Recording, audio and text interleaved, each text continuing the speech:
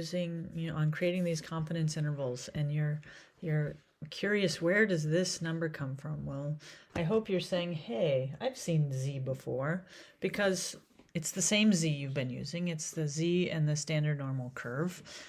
But the difference here, we have to keep a couple things in mind here. So number one, when we're talking about, let's say in this picture here, I have 95% confidence, right? We're trying to find the space here in the middle.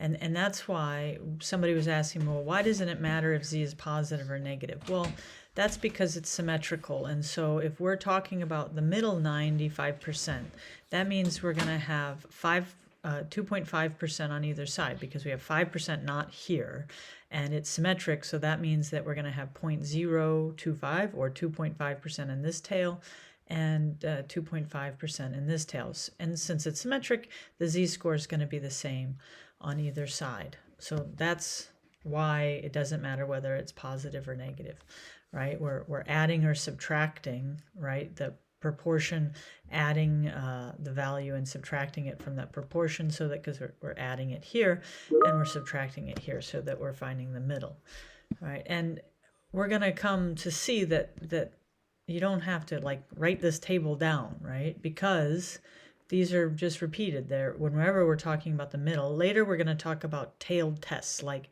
maybe we want 95% over here or 95% over here, so there's just one tail. But right now, confidence intervals are clearly in the middle. So let's say we wanted to find, this is the 95%. Let's say we wanted to find the 90% confidence interval. Let's say we didn't know. I just didn't give it to you. So if it was 90%, well, we wouldn't have 95% in the middle. We'd have 90% in the middle, which is going to leave 5% over here and 5% over here. So I have to go to the table. I'm going to just make this bigger, right? And I'm remembering that the table's giving me to the left. So I want to find 5% as close as I can. So 5.9%, right? Oh, no, that's way too much. 5%. There we go. 2%. We don't want 2%. We want 5%. So here we go. 5.48%, 3, 5.37, 5.26, 5.16. All right. So really, these are like right in between, right? This is as close to 5% as this is 5%.